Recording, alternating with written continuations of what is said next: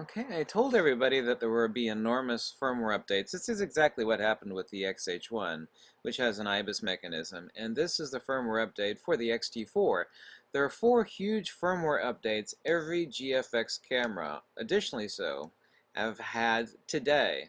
Huge firmware updates. I'll put the links to these 4 cameras' firmware updates on Fujifilm's website below. There are a lot of firmware updates for the GFX100. I know many of you don't own the GFX100, but there are a lot. The XT4 firmware updates, people were talking about, well, the IBIS was not up to what they were expecting on the XT4 for movie recording. So they have, and I have tested it also on the XT4, and it is greatly improved.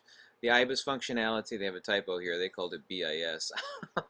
The IBIS functionality during movie shooting is greatly improved. There are some minor bug fixes. They also fixed a couple issues on potential overexposure in highlight weighting on the XT4. Also, too, on a wake-up issue when the camera auto powers off or power off the functionality where you'd pre-press the shutter release to bring it back to life. So download that for your XT4.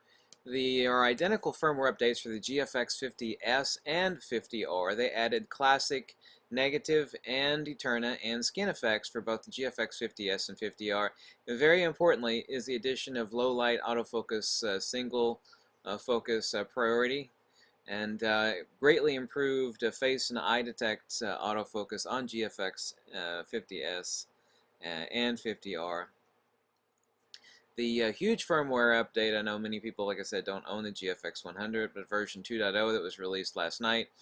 For the GFX100, we actually have Classic Negative, Eterna Bleach Bypass, Color Chrome Blue, Face and Eye Detect and autofocus in general are greatly improved, and also too now improved autofocus all the way down to -5 EV, ProRes RAW recording, gimbal control.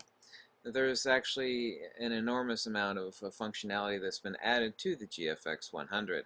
I have tested some of these on my GFX100. Wonderful. We now basically have the eye and face detect autofocus in the GFX100 of that found on the XT4 now with the new XT4 firmware. So this is really great news if you're a GFX owner, and also too really great news if you're trying to use IBIS control for movie recording on the XT4. I knew this would be coming.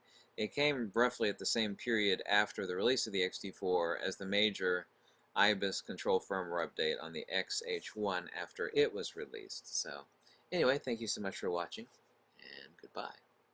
Fuji.